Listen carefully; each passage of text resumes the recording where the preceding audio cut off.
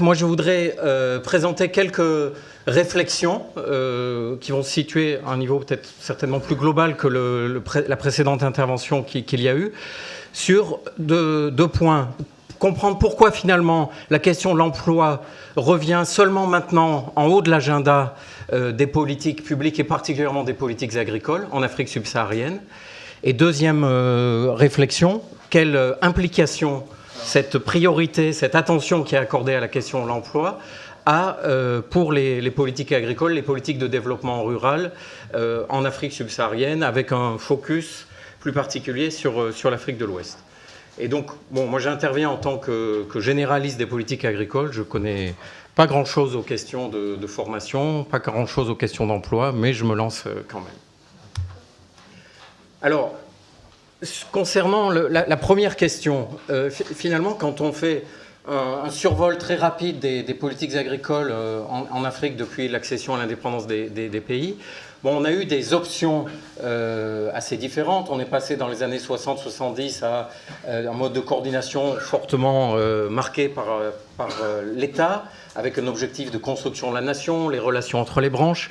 Ensuite, on a eu la période de l'ajustement structurel, la coordination par le marché, l'objectif d'insertion dans les échanges internationaux, l'accent mis sur la compétitivité. Et puis les années 90-2000, le focus mis sur la lutte contre la pauvreté au regard du relatif échec des politiques d'ajustement. Bref, ce que je voudrais souligner là, c'est que finalement, malgré ces divergences d'orientation, d'objectifs poursuivis, de modes de coordination principale, et il y avait finalement derrière une idée sous-jacente qui était commune.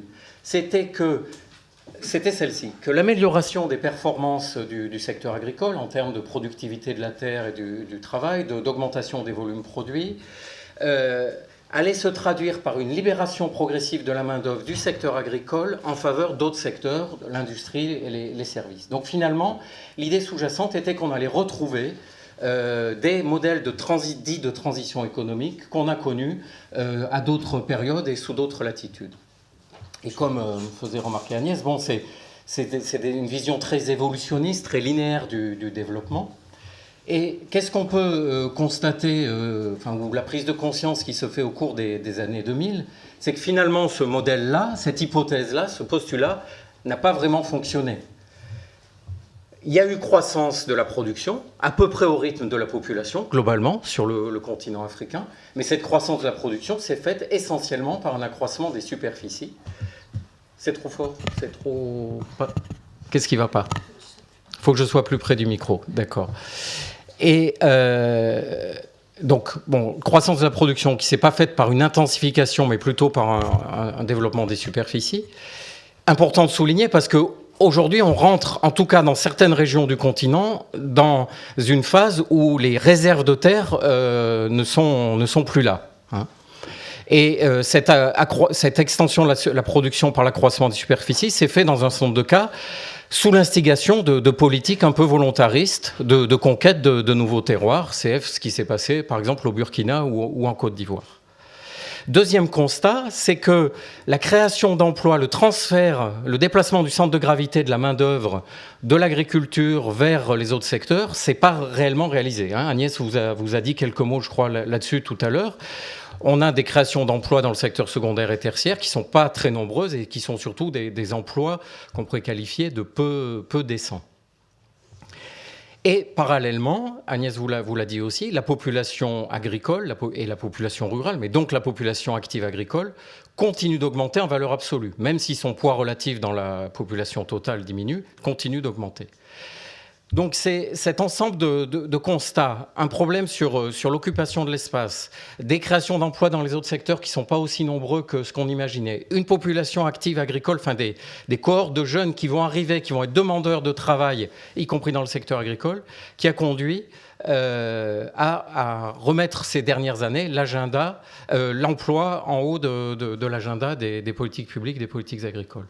Et donc il y a une question que moi je voudrais partager avec vous, c'est comment finalement faire en sorte que ce ne soit pas une couche supplémentaire dans les préconisations ou dans les orientations qu'on donne.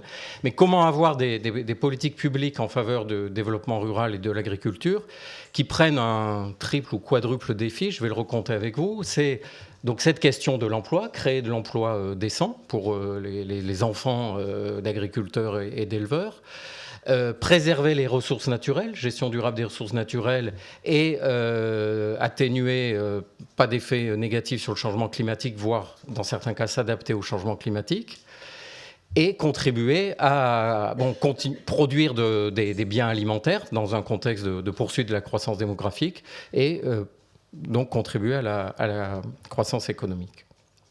Voilà, ça c'est la question. Je ne suis pas sûr d'y répondre complètement. Pour tenter d'y répondre, il faut poser quelques éléments de diagnostic. Il me semble qu'il faut regarder la question de quels actifs disposent, de quelles ressources disposent les ménages agricoles ruraux aujourd'hui. Il faut regarder cette question que j'ai évoquée de l'espace, des terres disponibles. Et il faut regarder la question des filières, d'autres diraient des chaînes de valeur, peu importe, dans lesquelles s'insèrent ou peuvent s'insérer les ruraux aujourd'hui. Alors, sur la situation des ménages, les statistiques économiques et sociales sont assez déficientes depuis plusieurs années. Et en fait, on dispose, notamment sur l'Afrique de l'Ouest et sur le Sahel, maintenant d'informations qui sont plutôt collectées par les gens de l'humanitaire. Bon, c'est pas pour rien, c'est la répétition des crises alimentaires, c'est la montée en puissance à la fois des organisations des Nations Unies et des ONG qui travaillent dans l'aide d'urgence. Et on voit notamment au Sahel, depuis quelques années, le développement des enquêtes dites HEA, c'est-à-dire analyse de l'économie des ménages. Cette méthode qui a été développée par l'ONG Save the Children il y a plus de 25 ans en Éthiopie et qui est maintenant un outil très fréquemment utilisé par les acteurs de l'humanitaire.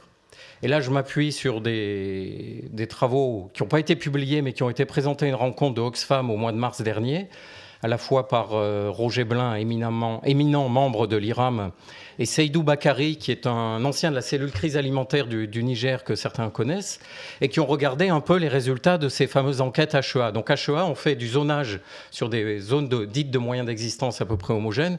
Aujourd'hui, au Sahel, il y a 30, voire plus, zones qui sont suivies par cette enquête. Qu'est-ce qu'on constate à travers une lecture diagonale de ces enquêtes? Donc ils font une stratification très pauvre, moyen, nanti. Je ne sais pas si tout le monde peut arriver à lire.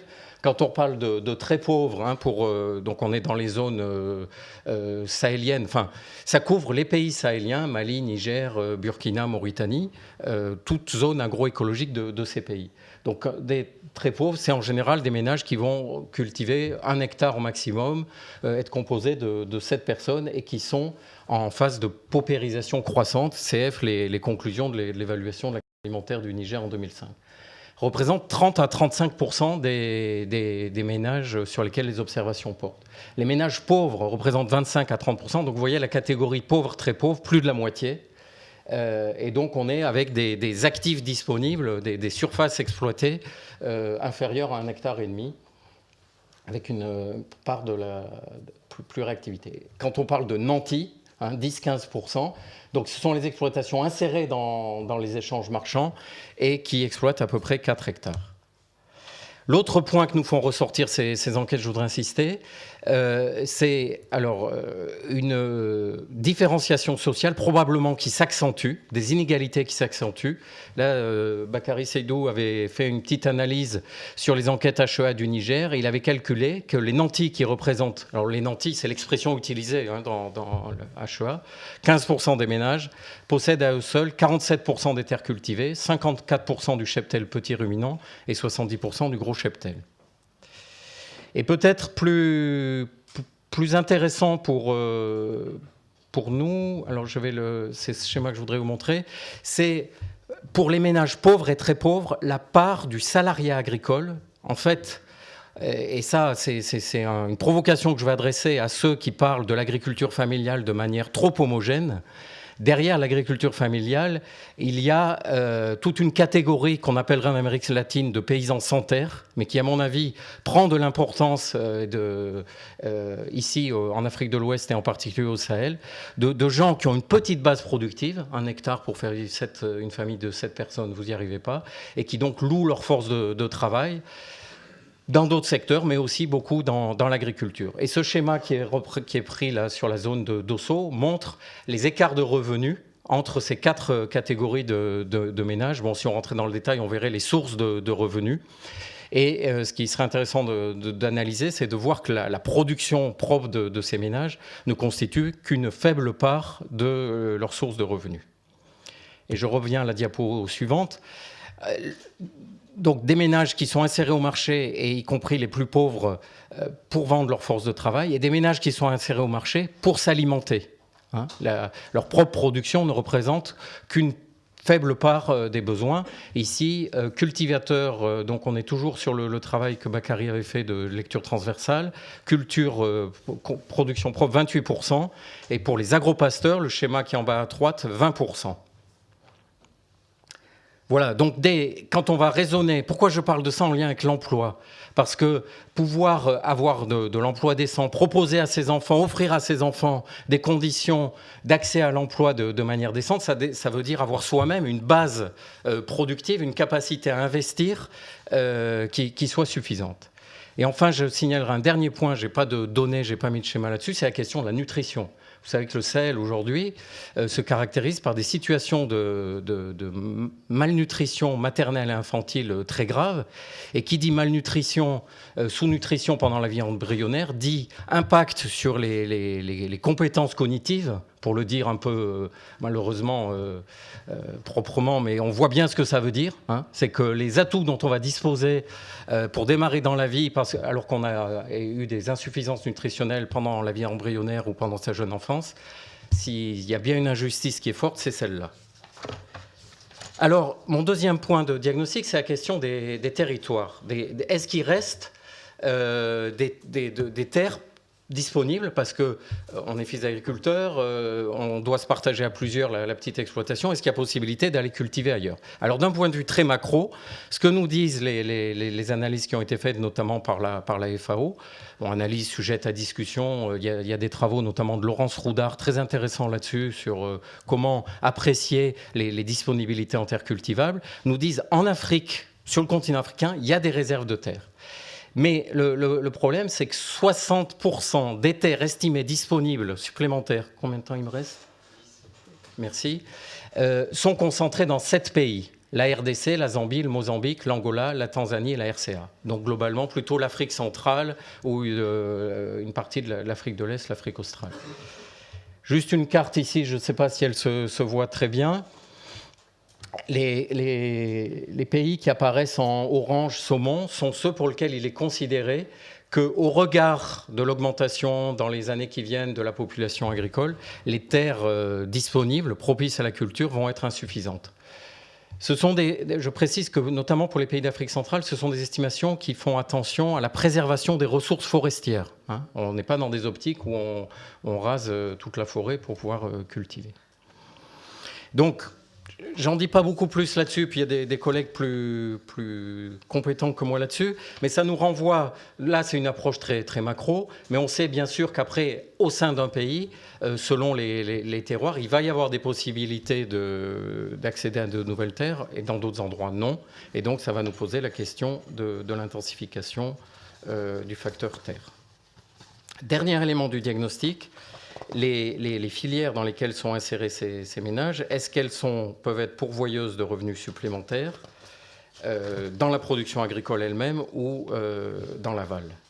Il me semble qu'il faut distinguer peut-être 4 types de filières ou de chaînes de valeur, ce qu'on pourrait dire les produits tropicaux de base exportés sur le marché mondial, je pense café, coton, cacao. Deuxième catégorie, des produits qui sont exportés sur le marché mondial, mais plutôt dans des secteurs de niche, coton biologique, sésame, karité, etc. Et j'avais dit 4, en fait j'ai regroupé en 3, les produits alimentaires de base destinés aux marchés nationaux, régionaux, donc c'est les tubercules, les céréales, viande, produits laitiers et les produits pour la sauce. Et là je renvoie à une étude très intéressante qui a été menée par le CIRAD Afristat sur financement AFD, dont le sigle est Malvilao, où ils ont essayé de regarder les évolutions de la consommation alimentaire en Afrique de l'Ouest et du Centre.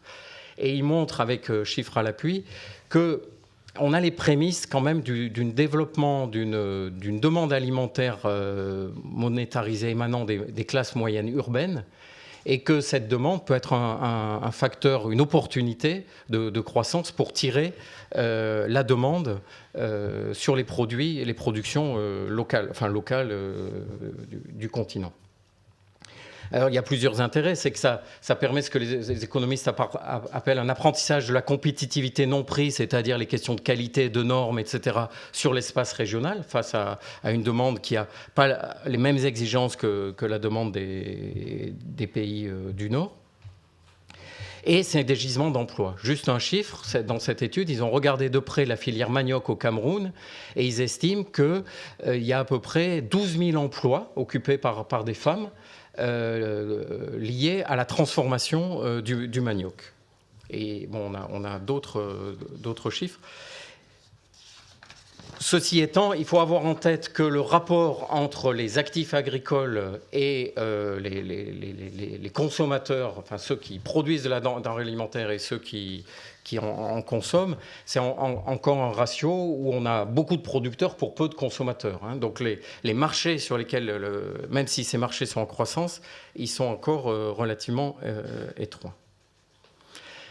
De tout ça, qu'est-ce qu'on peut tirer comme réflexion sur les politiques agricoles et les politiques de développement rural? Je voudrais attirer attention sur 3-4 points. Bien sûr, la question des structures agraires. Si on veut qu'il y ait le plus possible de gens qui travaillent, je répète, de manière décente, hein, pas être confinés dans la misère, il faut prendre frontalement cette question des structures agraires, la gestion du foncier, de l'accès au foncier. Et bon, question qui ressort beaucoup avec le débat sur l'accaparement des terres, mais qui est important. Il y a des gens, notamment du CIRAD, qui ont fait des études approfondies là-dessus, qui ont montré le décalage entre un peu le buzz médiatique qu'il y avait sur ces accaparements de terres et la réalité. Cette réalité est néanmoins là. Mais je pense que, et je le disais tout à l'heure à propos de l'inégalité au sein de... Enfin, ce que nous montrent les enquêtes HEA sur les inégalités au sein de ce qui est dit l'agriculture familiale, je crois que l'attention des pouvoirs publics et de leurs partenaires doit être plus là-dessus, sur les phénomènes de concentration des ressources au sein de l'agriculture familiale, plutôt que une compétition qui n'est pas si forte que ça entre agriculture dite familiale et agriculture dite d'entreprise.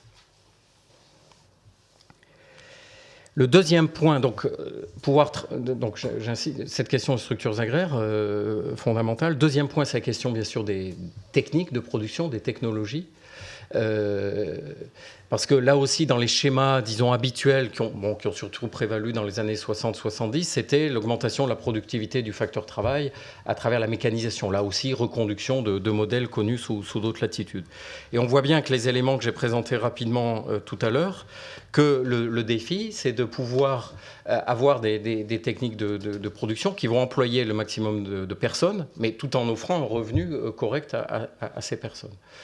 Donc c'est vrai que de ce point de vue-là, pour un certain nombre de produits qui vont être plutôt, malheureusement, sur ce que j'appelais tout à l'heure les filières de niche, les techniques dites d'agroécologie ou d'agriculture raisonnée, etc. Alors elles sont intéressantes d'une manière globale du point de vue des enjeux environnementaux, mais par rapport au thème qui nous intéresse aujourd'hui, elles vont être intéressantes notamment parce qu'elles nécessitent l'emploi de plus de main-d'œuvre. Elles permettent un emploi de cette main-d'œuvre de manière plus étalée tout au long de l'année que lorsqu'on est sur des exploitations très spécialisées sur une seule spéculation. Ceci étant, il y a débat, il y a notamment la commission agriculture et alimentation de Coordination Sud qui a fait tout un travail sur l'agroécologie, sur ses forces, ses opportunités, mais aussi ses limites. Et en termes, à l'heure actuelle, les données dont on dispose montrent que la reconversion vers des techniques d'agroécologie, en termes d'emploi, ce sont des effets plutôt à moyen-long terme. Dernier point, la gestion des échanges avec le reste du monde. Donc c'est la fameuse question des importations, de la compétition, de la compétitivité vis-à-vis des produits importés du reste du monde. Là, je crois que, je dirais juste une chose, il faut être vraiment dans des préoccupations de pilotage très fin. Et là, je fais référence à un débat qui est en ce moment, notamment avec la prise de position de Mazoyer et d'autres auteurs qui ont signé une tribune dans Le Monde, qui disent qu'il faut augmenter la protection sur les produits agricoles sur l'Afrique de l'Ouest ou sur l'Afrique en général, pour permettre aux agriculteurs de rémunérer correctement leur travail. Oui, mais ce que je vous ai montré tout à l'heure, sur la forte dépendance des ménages agricoles et notamment des plus pauvres sur le marché pour se nourrir. C'est pour ça que je dis pilotage fin de cette question de la relation avec les autres espaces de production dans le monde. Oui, il faut se protéger, mais de manière raisonnée et progressive. Ceci étant, et là je reprends une interpellation que me faisait François Doligé sur une première version du papier, une fois qu'on a dit ça, les structures, les technologies, la protection, bon, je n'ai pas parlé bien sûr de l'accès au crédit, etc., mais parce qu'on ne va pas mettre tous les volets de politique ici, on n'en a pas le temps. Est-ce qu'on va y arriver ? Franchement, au vu du tableau, et quand on voit les chiffres globaux, et quand on écoute les gens qui mènent ces enquêtes type HEA, on peut en douter. Et donc, à côté de ces politiques agricoles, développement rural, qui auraient plutôt une couleur économique, on ne peut pas faire l'économie. Alors, du coup, on ne peut pas faire l'économie, pardon, de politiques plutôt sociales. Bon, les politiques de protection sociale, les filets sociaux, mais dont, quand on met les chiffres sur la table, c'est des millions de personnes qui ont besoin de bénéficier de ce type de politique. Et parce qu'on parle aujourd'hui, l'enjeu, c'est dans 15 ans, les enfants qui naissent aujourd'hui, quel accès, de quels actifs ils vont pouvoir disposer pour obtenir sur le marché du travail, dans l'agriculture ou en dehors de l'agriculture, d'un revenu correct issu de leur activité. Hein, tous les démographes s'accordent pour dire qu'en 2030, le Niger sera peuplé de 30 millions d'habitants à peu près, contre, je crois, 12 ou 13 aujourd'hui. Donc 2030, c'est dans 17 ans. Voilà. Deuxième piste, mais là qui est aussi du soutien public, c'est est-ce qu'on peut envisager, en complément des filets sociaux, disons traditionnels, de rémunérer les acteurs ruraux, les agriculteurs, pour un certain nombre d'externalités positives qu'ils fournissent à la société, la biodiversité, l'entretien des ressources naturelles, etc. Je terminerai, je ne sais pas combien de temps il me reste. 5, merci. J'ai déjà parlé là de politique strictement agricole, je suis passé aux politiques de protection sociale. On ne peut pas, dans ce tableau général, faire l'impasse non plus sur les politiques ou les actions en faveur de la préservation, de la restauration, de la paix et de la sécurité. Bon, s'il y a conflit, CF, le Mali, dont on reparlera demain, l'AG de l'IRAM, on ne peut pas avoir ces cercles vertueux d'accès à un emploi plus décent. Les politiques relatives aux migrations, alors que ce soit entre pays voisins, que ce soit à l'échelle d'un continent, on a dit l'Afrique centrale, plutôt des terres disponibles, mais bon, est-ce que ce sont les Sahéliens qui vont partir cultiver l'Afrique centrale, et les migrations intercontinentales, hein. Je pense qu'il est de notre responsabilité à nous, acteurs du développement ou de l'humanitaire, d'interpeller les pouvoirs publics des pays donateurs sur ces questions de politique migratoire. Sinon, on fera souvent que, comme on dit, on met un pansement sur une jambe de bois. Bon, les politiques relatives à la maîtrise de la démographie, on avait évoqué ça il y a 2 ans à l'issue de l'exposé de Dominique Gentil là, sur la démographie. Des politiques sont en cours, mais il faut qu'elles soient renforcées, qu'elles fassent système avec les autres. Et puis, je l'ai évoqué, les questions de nutrition. Alors, la nutrition, ça a pendant été longtemps l'affaire simplement de la santé. Depuis quelques années, heureusement, il y a croisement entre ceux qui travaillent plutôt sur les questions de développement rural, sécurité alimentaire, et ceux qui travaillent sur la nutrition. C'est une bonne chose, mais la situation est très préoccupante. Avec un fil rouge à tout ça, finalement, il s'agit de préserver les chances pour demain, hein. Enfin, je crois que quand on... C'est ça qui est intéressant avec les démographes, parfois, à la fois qui est intéressant puis qui nous fait peur, c'est qu'ils nous projettent d'emblée dans les 15, 20, 25 ans, qui nous disent, voilà, dans 25 ans, vous êtes sûr qu'il y aura tant de personnes, à peu près dans tels endroits, avec tels actifs dans leurs mains. Bon, qu'est-ce qu'on peut faire pour que je l'ai dit tout à l'heure, ceux qui naissent aujourd'hui, dans 20 ans, aient accès à quelque chose de correct. Alors, maintenant, si j'essaye de rebondir sur les politiques ou dispositifs de formation, d'insertion professionnelle. Bon, j'y connais rien, mais simplement, on voit bien l'intérêt de l'articulation des échelles. Et moi, ce que je livre, hein, mais après, ça pourra être démoli, c'est quand on réfléchit à un dispositif ou une politique, une action en faveur de la formation et de l'insertion professionnelle, plus particulièrement dans le secteur agricole et rural, c'est regarder cette question de la situation des ménages au départ, les actifs dont ils disposent. Regarder cette question, et ça peut être à une échelle très micro ou un peu plus globale, des terres disponibles, des perspectives d'évolution des performances de l'agriculture, le facteur est-ce qu'on peut intensifier, est-ce qu'on peut avoir de nouvelles terres, est-ce qu'on peut augmenter la productivité du travail. Et puis, troisième piste, l'analyse plutôt économique, dans quels échanges le terroir concerné est inséré et quelles sont les perspectives et les possibilités de démultiplier de l'emploi dans ces filières. Bonjour, je m'appelle Claire Ferenbach, consultante sans frontières. Vous l'avez évoqué vraiment très très rapidement, mais qu'est-ce que vous pensez de l'impact que peuvent avoir les projets MDP, là, mécanisme pour le développement propre, dans le cadre des crédits carbone ? Ça dépend du contenu du projet. Enfin, il y a eu une journée d'études du GI, du groupe Initiative, au mois de...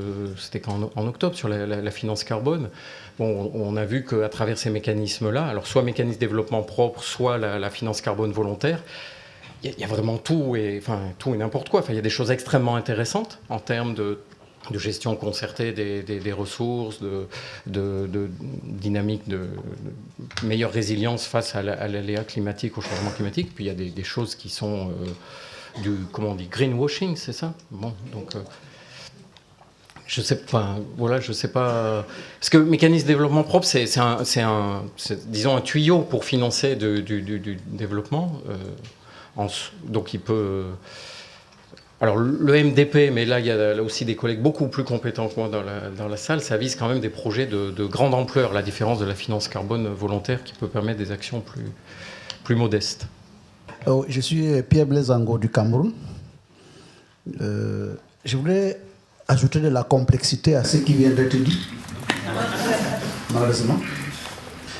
Il faut voir un peu les contextes et les éléments qui influencent ces politiques pour se rendre compte que ce n'est pas du tout facile. Le premier élément, c'est l'héritage de la colonisation. En fait, on a commencé par une agriculture administrée. Il y a quelqu'un qui était là, qui est passé avant vous et qui disait il fallait créer des emplois pour remplacer le colon qui partait. Et donc les systèmes ont été mis, vous avez parlé de formation, uniquement dans le sens d'une agriculture administrée. Donc en fait, les agriculteurs n'avaient même pas de choix. Il fallait produire pour la catégorie cacao, café, exportation, pour faire entrer les devises. Donc les agriculteurs n'avaient même pas de choix. D'ailleurs, que je me rappelle qu'à l'époque de mon grand-père, on battait même les gens, on les fouettait, ceux qui n'entretenaient pas leur exploitation. Puis, il est né un courant de filière. On dit, ok, maintenant, il faut plutôt, comme ce n'est plus trop l'État impliqué, on fait comme si on passe par une libéralisation et il faut développer les filières. Il y a donc eu des politiques de filières et qui continuent jusqu'aujourd'hui. Et avec un grand courant de cadres africains qui sont venus en Europe et se sont appuyés sur le développement via les filières. Et maintenant, à partir du moment où les problèmes de sécurité alimentaire ont commencé à se poser, il y a eu une troisième logique qui s'est ajoutée, c'est alimentation plus économie. On quitte de l'économie filière vers l'alimentation avec un peu d'économie. Et là, ce n'est plus le type d'exploitation qui intéresse les gens, c'est généralement l'exploitation système. On ne s'intéresse plus trop à la filière, mais on voit qu'est-ce que l'exploitation génère en termes de revenus et aussi de flux pour pouvoir assurer la sécurité alimentaire. Et enfin, un dernier souci est ajouté, la durabilité. Vous avez parlé tantôt des réserves de terre, des forêts. On dit, vous devez assurer la préservation de la couche d'ozone. Vous n'entrez donc plus dans certaines forêts où on vous confine. Et du coup, sans adhésion des populations qui sont à l'intérieur. On se retrouve donc dans ces 5 éléments, dans une complexité où on ne sait plus quel choix faire et qui décide du choix. Donc, élaborer une politique avec ces 5 éléments qui se sont ajoutés et sont empilés, on n'arrive plus véritablement à savoir qui décide. L'État reste un peu caché derrière pour jouer son rôle de gendarme, donc il décide. Il décide et personne n'applique. Donc on sort des textes que personne n'applique. Et c'est dans cet environnement que les organisations professionnelles agricoles, la décentralisation, tout le monde commence à réclamer l'autorité à l'intérieur. Donc, en fait, il y a véritablement, c'est pour ça que je dis que j'ajoute de la complexité à la lecture. Ce n'est pas qu'un problème de terre, ce n'est pas qu'un problème de choix de mode d'exploitation. Il y a un ensemble d'éléments qui se sont ajoutés du fait de l'histoire et qu'il faut donc maintenant essayer d'égrener pour véritablement voir qui décide et vers où on part. Merci. Jean-Jacques Gabas, CIRAD. Merci Jérôme pour ton exposé que je trouve très fin, montrant bien la complexité des éléments. Et j'avais une question et un commentaire. La question porte sur ton analyse diagnostique que tu nous retransmets à travers les enquêtes HEA. Est-ce que dans les systèmes d'activité qui sont finalement la porte d'entrée, que je trouve vraiment le point le plus intéressant, est-ce que dans ces enquêtes HEA, on intègre finalement la dimension des systèmes migratoires ? En ce moment, nous avons une recherche qui va se terminer là, dans le cadre d'une thèse sur les relations entre le Mozambique et l'Afrique du Sud. Et les systèmes d'activité qui sont étudiés au sud du Mozambique sont analysés en termes de systèmes migratoires. Et on arrive à des typologies de ménages qui montrent des comportements extrêmement intéressants et qui montrent le décalage avec les politiques publiques qui sont construites au niveau national ou au niveau régional. Donc ma question, c'était sur l'enquête HEA. Deuxièmement, j'ai juste un commentaire très rapide. Tu as parfaitement bien évoqué la question du land grabbing. Et tout le monde le sait, mais je ne peux que vous inciter à aller sur les dernières productions de la Land Matrix, qui analyse justement les accaparements fonciers.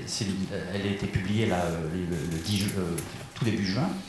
C'est vraiment très intéressant parce que, vous avez le décalage entre les résultats d'il y a 2 ans et aujourd'hui. Mais deuxièmement, ce qui est très intéressant, quand on lit en détail ces résultats de base de données, c'est que finalement, une partie des terres qui ont généré un changement de droit foncier ne sont pas systématiquement utilisées pour l'agriculture. Et ensuite, beaucoup de ces terres sont entre guillemets gelées parce que les investisseurs, même si la terre était a priori disponible, n'ont pas les conditions pour mettre en valeur ces terres. Voilà. Et donc cette notion de disponibilité, elle se retrouve dans cette base de données, mais elle se retrouve aussi dans les travaux de géographes que je trouve absolument passionnants, notamment au CIRAD, tant pis si je parle de ma paroisse, notamment développés par Jérôme Magrin, par Laurent Gazul, qui interrogent cette notion de disponibilité. En fait, je trouve, Jérôme, que tu as pas mal pointé l'aspect micro au niveau structure agraire et l'aspect macro. Mais sur l'aspect méso, donc je ne sais pas si c'était volontaire ou pas, mais j'ai bien tendu l'oreille, j'ai pas entendu. Tu n'as pas mentionné le potentiel des OP ou des interprofessions. Et je mets ça en lien aussi avec tout ce qui est la dimension formation, où il y a des outils simples qui existent pour venir renforcer des capacités en alphabétisation de base, qui viennent débloquer des familles qui sont... des femmes ou des hommes qui ont des difficultés à s'insérer dans les marchés parce qu'il y a ces blocages-là. Donc des modules de type GERM ou autres qui ont été développés différentes structures qui permettent de débloquer des choses et d'avoir un impact qui n'est pas négligeable. Et ces interprofessions, même selon moi, peuvent aussi jouer sur les aspects macro, puisque sur les flux de matière, etc., il peut y avoir, à partir du moment où une interprofession est suffisamment solide, des interactions avec les gouvernements pour orienter des politiques publiques et faire en sorte que les impacts potentiellement négatifs soient limités, que les potentiels positifs soient maximisés. Bon, Christian Fusilier, AFD. Question, Jérôme, pour le spécialiste des politiques agricoles et politiques en général. Bon, dans différents pays, là, effectivement, comme tu l'as dit, au centre de l'agenda, on voit apparaître les questions d'emploi et les questions d'insertion. D'ailleurs, des distinctions se font entre les deux. Et les réflexes que l'on peut observer, c'est de vouloir se doter d'une politique de l'insertion. Alors, la question est faut-il fabriquer, réfléchir avec un ensemble d'acteurs à la définition et à l'écriture, à la promotion de politiques spécifiques pour l'insertion? Est-ce que ça peut avoir du sens? Ou est-ce que c'est à l'intérieur des politiques existantes, politiques agricoles notamment, mais là aussi, il y a la politique de l'emploi, il peut y avoir d'autres grandes politiques, qu'il faut insérer les éléments utiles et qui conditionnent une meilleure insertion des jeunes dans le marché du travail. Donc moi, je n'ai pas de réponse à cette question-là, mais c'est sans doute un des points qui va se poser rapidement là, dans les 4-5 ans qui viennent, puisque la plupart des pays d'Afrique de l'Ouest et centrale dans lesquels on travaille se posent cette question. Donc sur migration et HEA, donc sur l'intervention de monsieur, je pense qu'il n'y a pas à répondre, enfin, c'est vous apporter un élément d'analyse supplémentaire. Sur la question de Jean-Jacques, migration HEA, oui, le HEA regarde ça de près et donne des enseignements très intéressants, j'en dirais juste un. Les ménages dits nantis tirent mieux profit de la migration que les ménages pauvres et très pauvres, en termes de nombre d'actifs dans le ménage qui partent en migration et en termes de revenus de la migration souvent ce sont des jeunes hommes, mais pas uniquement, qui partent en migration. Et je rajouterais que sur la région Afrique de l'Ouest, depuis quelques années, la ressource migration, c'est un peu, pas tari, mais a eu des à-coups en Libye. Bon, les jeunes qui étaient partis en Libye du Sahel, les événements en Côte d'Ivoire et aujourd'hui les événements au Nigeria, les tensions fortes au nord Nigeria rendent plus difficile la migration saisonnière depuis les pays sahéliens. Donc, et la migration, pour certains profils, elle est je ne sais plus les chiffres en tête, il faut regarder, mais c'est 20-25% des ressources, des revenus dont dispose le ménage. Donc en termes, je voulais et on a vu il y a des ONG qui travaillent dans ce sens-là, dispositifs de formation et insertion professionnelle, apprendre à migrer, apprendre à ne pas se faire piquer son argent quand on rentre de migration, essayer de ne pas revenir avec le VIH-Sida quand on rentre de migration, etc. Alors c'est pas de la formation professionnelle, mais c'est renforcer, ce que j'appellerais renforcer les atouts, les capacités au regard de la diversité des ressources que mobilisent ces ménages. La question d'Olivier sur mes eaux, écoute, c'est simplement que Air France a été à l'heure, j'ai pas eu le temps de traiter suffisamment le dernier point sur... Non mais c'était la partie filière et je renvoie là aux travaux notamment du CIRAD, mais pas uniquement autour de Nicolas Bricas. Oui, donc tu as raison de souligner ce potentiel, il est lié à cette croissance, à cette demande urbaine qui est de plus en plus forte.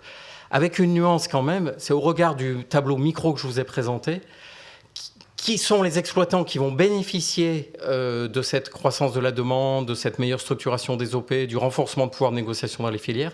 C'est d'abord les 10-15% de ménages dits nantis. Hein, ceux qui disposent de 4, 5, 10... si vous regardez les structures d'exploitation des OP qui commercialisent régulièrement des céréales, hein, qui pèsent un peu dans le marché céréalier régional, c'est même pas 4 hectares qu'ils ont, ils ont 10, 20, 30, 40 hectares par exploitation. Alors la question de Christian, faut-il des stratégies d'insertion? Si ça permet de collecter de l'argent auprès des bailleurs, oui. Sinon, non. Voilà, pour faire simple. Non, mais tu vois ce que je veux dire. C'est-à-dire qu'au vu de... Enfin, moi, ce qui transparaît là, c'est ce que je veux dire, justement, il faudrait éviter de rajouter une couche en disant « je vous fais une stratégie d'insertion ». On voit bien que l'amélioration de l'accès à l'emploi, il dépend de ces leviers et il y a déjà des champs de politique sectorielle, voire des instruments qui sont à la disposition. Maintenant, mais c'est pas, je dis pas par boutade, s'il y a au niveau mondial où telle agence dit, moi, je réserve tant d'argent pour la question de l'accès à l'emploi ou de l'insertion professionnelle, et qu'une des conditions, c'est que le pays ait une stratégie, ok, on fait la stratégie, mais on n'est pas dupe, on sait que c'est pour avoir du financement extérieur complémentaire.